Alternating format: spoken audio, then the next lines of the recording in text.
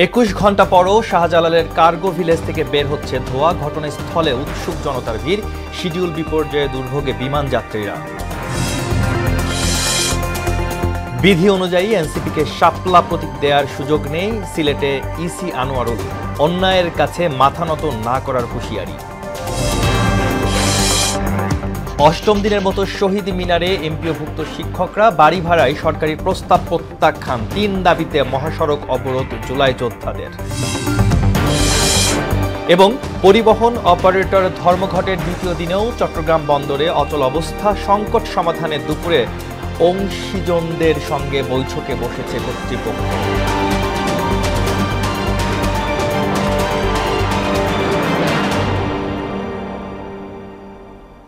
আসসালামু আলাইকুম, সবাইকে মোহনা সংবাদে স্বাগত। শুনছিলেন শিরোনাম এবং পুরো সংবাদের সঙ্গে আছি আমি আসাদুজ্জামান।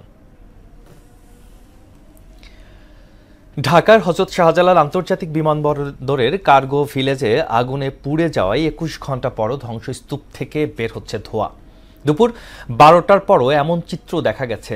ধ্বংসপ্রাপ্ত ভবনে এখনও পানি দিতে দেখা গেছে ফায়ার সার্ভিসের সদস্যদের। উৎসুক জনতার ভিড়ও দেখা গেছে।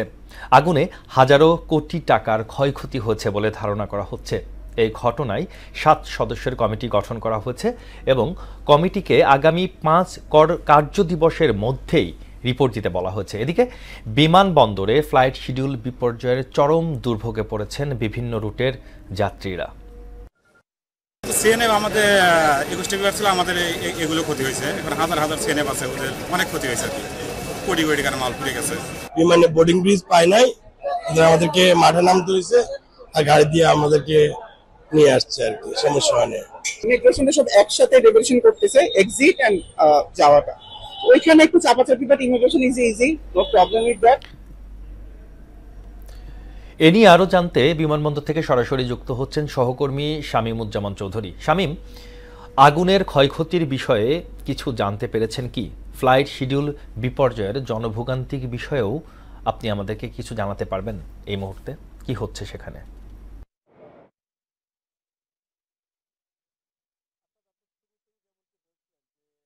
আগুন লাগার ২২ ঘন্টা পরও কিন্তু আগুন নিয়ন্ত্রণে আসলেও যে ধোঁয়া সেটি কিন্তু এখনও ধ্বংসস্তূপ থেকে বের হচ্ছে। অর্থাৎ যেই কার্গো ভিলেজে যেখানে আগুন লেগেছে সেই স্থান থেকে কিন্তু আমরা সকাল থেকে দেখেছি যে ধোঁয়া বের হচ্ছে। এখন বেলা গড়িয়ে প্রায় আগুন লাগার ২২ ঘন্টা পার হয়েছে, এখন পর্যন্ত কিন্তু যে ধোঁয়া সেটি কিন্তু এখন পর্যন্ত বের হচ্ছে। আপনাকে যদি আমি একটু দেখাই যে ফায়ার সার্ভিসের কর্মীরা কিন্তু এখন পর্যন্ত সেই ধ্বংসস্তূপে তারা আগুন নির্বাপনের কাজ করছেন। এবং আমি সকাল থেকে এসে বেশ কয়েকজন ভুক্তভোগীর সঙ্গে কথা বলেছি, বেশ কয়েকজন ব্যবসায়ীর সঙ্গে কথা বলেছি। তারা সবাই বলছেন যে তাদের একদম অনেক অপূরণীয় ক্ষতি হয়ে গেছে। অনেকের ২ টন, ৩ টন, ৪ টন পর্যন্ত গার্মেন্টস পণ্য ছিল, সবগুলোই কিন্তু পুড়ে ভস্মীভূত হয়ে গেছে। এবং আসলে কি পরিমাণ ক্ষয়ক্ষতি হয়েছে এটি এখন পর্যন্ত নিরূপণ করা যায়নি।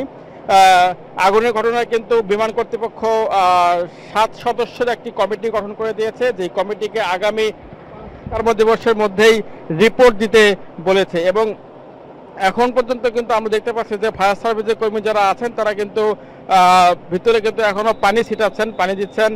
আপনাকে যদি একটু বলি, সেটি হচ্ছে যে গতকালকে দুপুর ২টায় বিমানবন্দর কার্গো ভিলেজে আগুন লাগে এবং আগুন লাগার পরপরই কিন্তু ফায়ার সার্ভিসের ৩৭টি ইউনিট কাজ করে। একই সঙ্গে তাদের সঙ্গে যোগ দেন নৌবাহিনী, বিমান বাহিনী, civil aviation, ২ platoon BGB, police, answer সহ বেশ কিছু আইন শৃঙ্খলা বাহিনীর সদস্য। এবং কার্গো ভিলেজটি মূলত বিমানবন্দরের এই ভিলেজটি মূলত পোস্ট অফিস ও হ্যাঙ্গারের মাঝামাঝি জায়গায় এবং ৮ নম্বর গেটের পাশে কিন্তু এই জায়গাটিতে আগুন লাগে।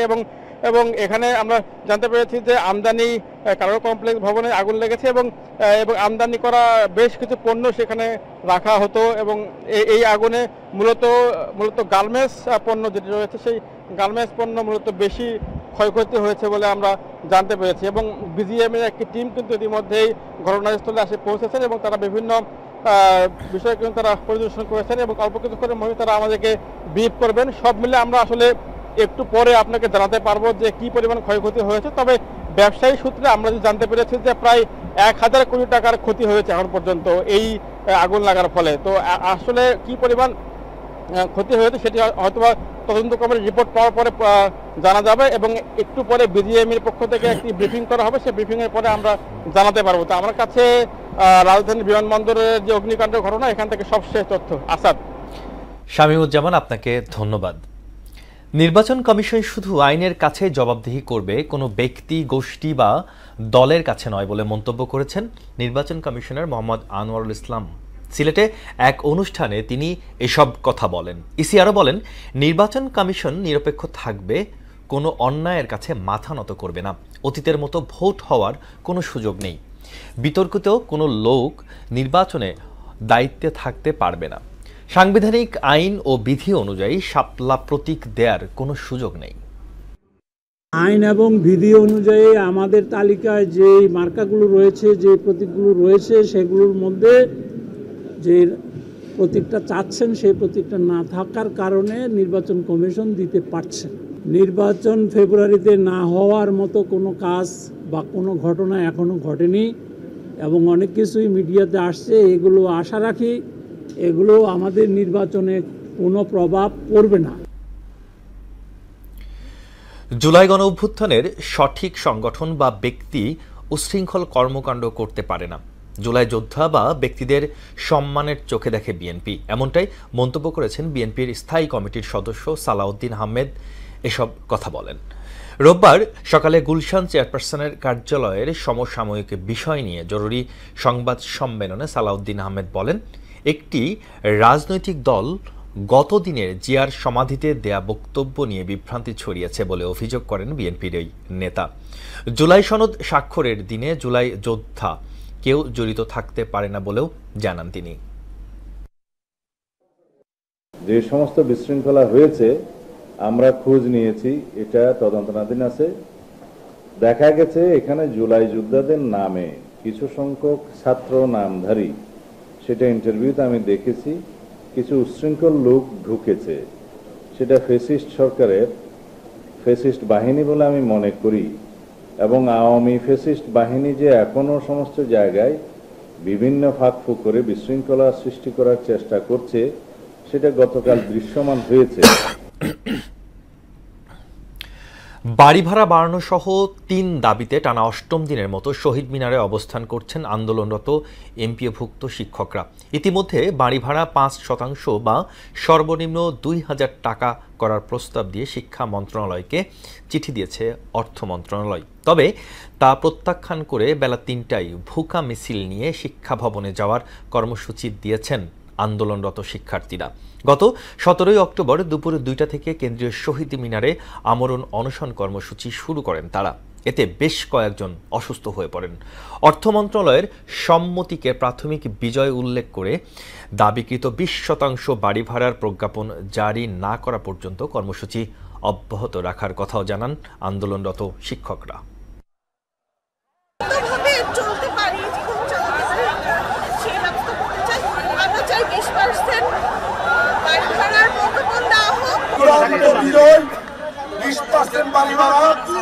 এবং 15 টাকা মেডিকেল ভাতা এবং কর্মচারীদের জন্য 75% উৎসব ভাতা প্রজ্ঞাপন যতক্ষণ না হবে এই কর্মসূচি। এ নিয়ে আরো জানতে আমরা সরাসরি যুক্ত হচ্ছি আমাদের সহকর্মী উষা ফেরদৌসের সাথে। উষা, বাড়ি ভাড়া বাড়ানো সহ 3 দফা দাবিতে টানা 8ম দিনের মতো শহীদ মিনারের অবস্থানের সর্বশেষ কি খবর আছে আপনার কাছে জানাবেন।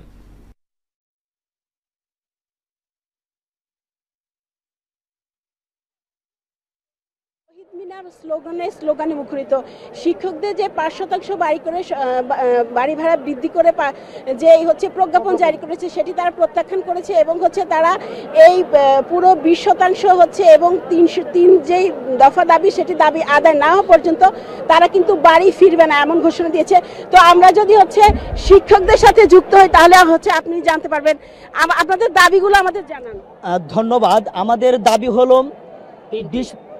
দাবি হলো 3টি। প্রথমত 20% ভারী ভাড়া, তৃতীয়ত হলো মেডিকেল ভাতা 1500 টাকা, এবং তৃতীয়ত হলো কর্মচারীদের 75% উৎসব ভাতা। যতক্ষণ পর্যন্ত সরকার আমাদের এই দাবি মেনে না নিবে, ইতিপূর্বে আমরা দেখেছি 500 টাকা শিক্ষকদেরকে দিয়েছে এবং 5% বাড়ি ভাড়া দিয়েছে, সেটিকে আমরা প্রত্যাখ্যান করে দিলাম। শিক্ষক সমাজ সেটি আর কোনোদিন সেটি আমরা কোনো সময় শিক্ষকরা মেনে নিতে পারবো না যতক্ষণ পর্যন্ত আমাদের এই পুলিশ আমাদেরকে যেভাবে লাঠিচার্জ করেছে, টিয়ার শেল নিক্ষেপ করেছে, সেটিও আমরা তীব্র নিন্দা জানাই। যেখানে শিক্ষক রক্ত ঝরিয়েছে, এমনকি একজন শিক্ষকও মারা গিয়েছে, সেটি যতক্ষণ পর্যন্ত সরকার সুষ্ঠুভাবে মেনে না নিবে এবং আমাদের দাবি মানা না পর্যন্ত আমরা শহীদ মিনার থেকে ছাড়বো না ইনশাআল্লাহ। আরেকজন শিক্ষকের সাথে যুক্ত হচ্ছে। স্যার, আপনারা মানে সামনের কর্মসূচি কি? আমাদের সামনের কর্মসূচি হচ্ছে, আমরা প্রথমত হইল 5% যে প্রজ্ঞাপন হয়েছে, এই তামাশার প্রজ্ঞাপন আমরা প্রত্যাখ্যান করেছি এবং এটা আমরা ঘৃণাভরে প্রত্যাখ্যান করেছি। আমাদের সামনের কর্মসূচি হলো বুকা কর্মসূচি এবং আমাদের নেতা আজিজ স্যার আসবেন, এসে আমাদেরকে যে কর্মসূচি দিবেন সেই কর্মসূচি আমরা পালন করব। তো পরিশেষে এটাই বলতে চাই, আমাদের 20% বাড়ি ভাড়া, 1500 টাকা মেডিকেল ভাতা এবং কর্মচারীদের 75% উৎসব ভাতা না দিলে আমরা ক্লাসরুমে ফিরে যাব না। ধন্যবাদ আপনাদের সকলকে। আপনারা নিশ্চয়ই ইতিমধ্যে জেনেছেন, সারা বাংলাদেশ থেকে সকল শিক্ষক কর্মচারী ইতিমধ্যে শহীদ মিনারে আজকে 8ম দিনের মতো কর্মসূচি চলছে। সেই শিক্ষক সমাজ যেখানে লাঞ্ছিত, অপমানিত এবং ক্ষুধার্ত, সেই শিক্ষকদের কাছে বর্তমান সরকারের একজন উপদেষ্টাও এসে দেখে যাইতে পারলেন না যে শিক্ষকরা আমাদের রাস্তায় শহীদ মিনারে অনাহারে অর্ধহারে দিন এবং রাত কাটাচ্ছে। অত্যন্ত পরিতাপের বিষয় এটা। আমরা কখনো বর্তমান সরকার ডক্টর মোহাম্মদ ইউনূসের কাছে আমরা আশা করি নাই, তিনি একজন নোবেল বিজয়ী, তার কাছে আমরা আশা করেছিলাম শিক্ষকদের কথা তিনি বুঝবেন এবং তাদের সহানুভূতি তাদের কাছে এসে দাঁড়াবেন। কিন্তু ইতিমধ্যে কারো আমাদের সহানুভূতি আমাদেরকে দেখান নাই। আমরা ঘৃণা করে আমরা আপনাকে দেখানোর চেষ্টা করেছি যে শিক্ষকদের যে অভিব্যক্তি, তারা যে 3 দফা দাবি, সেটি আসলে বাস্তবায়ন না হওয়া পর্যন্ত তারা রাজপথ ছাড়বেন না এবং বেলা 3টায় শিক্ষা ভবনের দিকে তারা যাবেন বুকা মিছিল নিয়ে।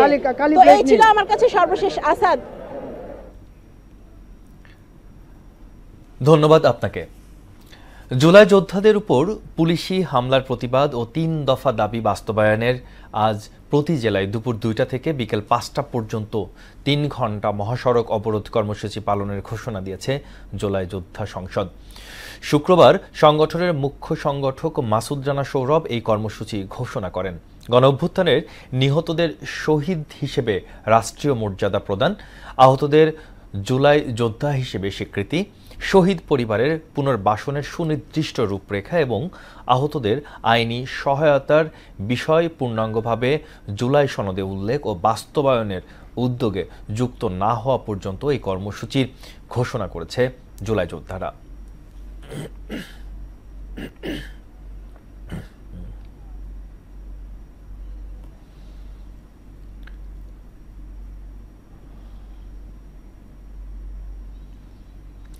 প্রতীক ইস্যুতে আজও নির্বাচন কমিশনের বৈঠক করছেন এনসিপির একটি প্রতিনিধি দল। এ নিয়ে আরও জানাতে কমিশন থেকে যুক্ত হচ্ছেন সহকর্মী এমআর আসাদ। এনসিপির সঙ্গে কমিশনের বৈঠকের বিষয়ে কিছু জানতে পেরেছেন কি?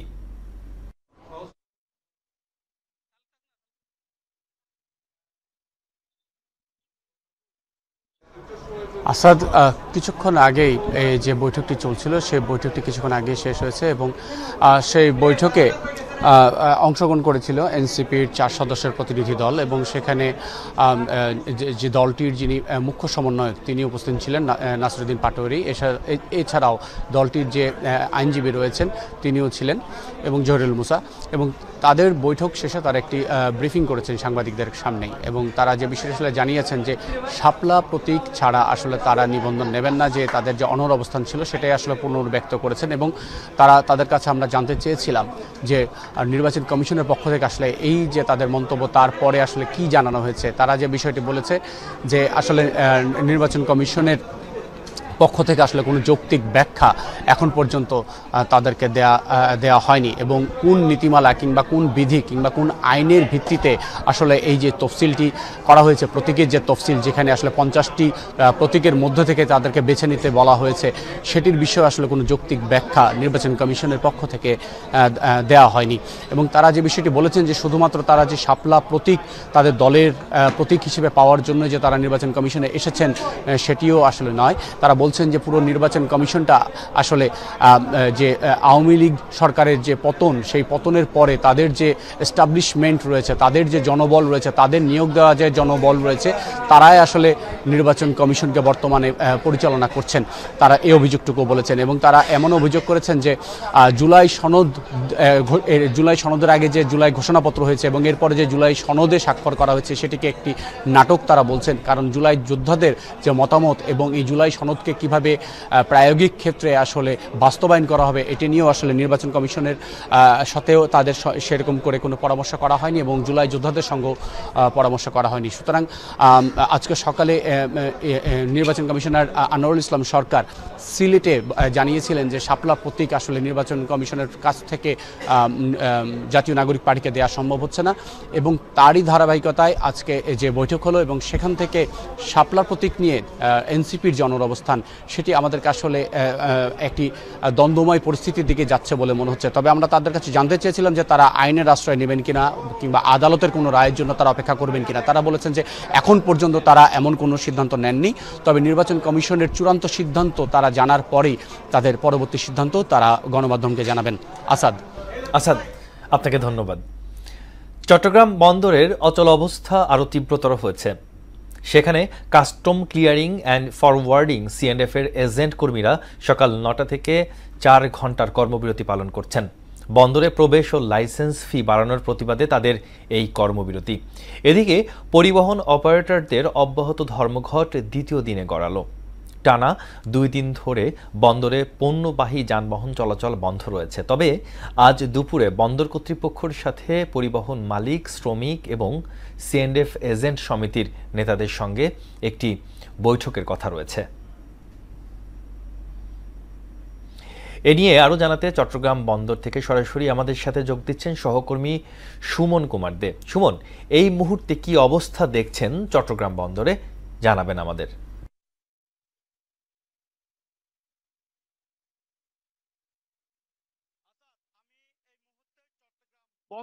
বন্দর ভবনের সামনে রয়েছি।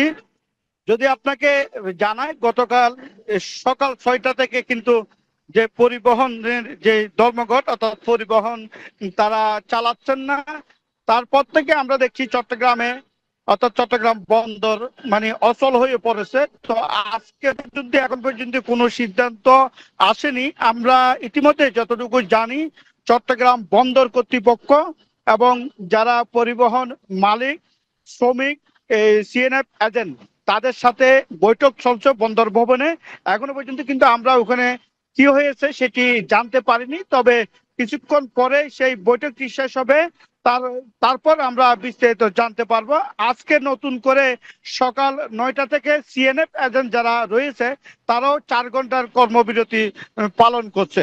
তো আমরা দেখছি চট্টগ্রাম বন্দরে যেহেতু পরিবহন ডেলিভারি হচ্ছে না, আমরা বন্দর কর্তৃপক্ষের সাথে কথা বলেছি, তারা বলছেন আসলে বন্দরের যে কার্যক্রম সেটি কিন্তু চলমান রয়েছে, শুধুমাত্র পণ্য ডেলিভারি যেহেতু যানবাহন যাচ্ছে না, সেই কারণে পণ্য ডেলিভারি দিতে পারছেন না, সেই কারণে বন্দরে যানজটের সৃষ্টি হচ্ছে, অর্থাৎ পণ্যর যানজট সেটি সৃষ্টি হচ্ছে। অন্যদিকে সব ধরনের কার্যক্রম চলছে। তারাও আশা করছেন যারা সংশ্লিষ্ট রয়েছে তাদের সাথে আজকে যে বৈঠক, সেই বৈঠকের মাধ্যমে আজকে একটা সমাধানের কিন্তু তারা এই পথ খোঁজার জন্যই আজকে একটি বৈঠকে রয়েছে। তো কিছুক্ষণ পরে হয়তো সেই বৈঠকে কি হয়েছে আমরা বিস্তারিত জানাতে পারবো।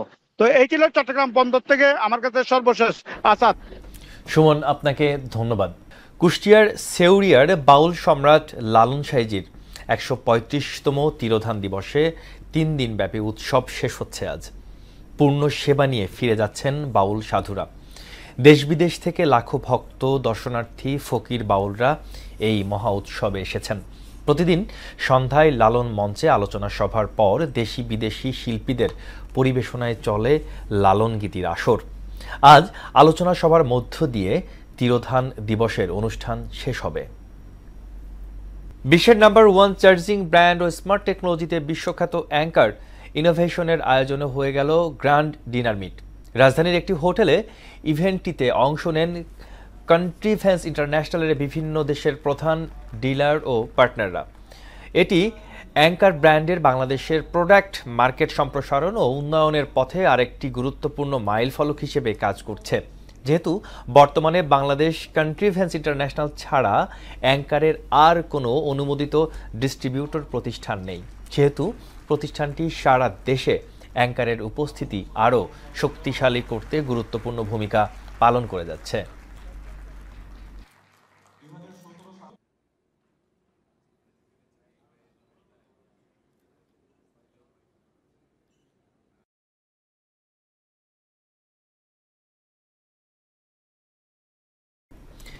শেষ করব মোহনা সংবাদ। যাবার আগে সংবাদ শিরোনামগুলো জানিয়ে দিচ্ছি আরও একবার।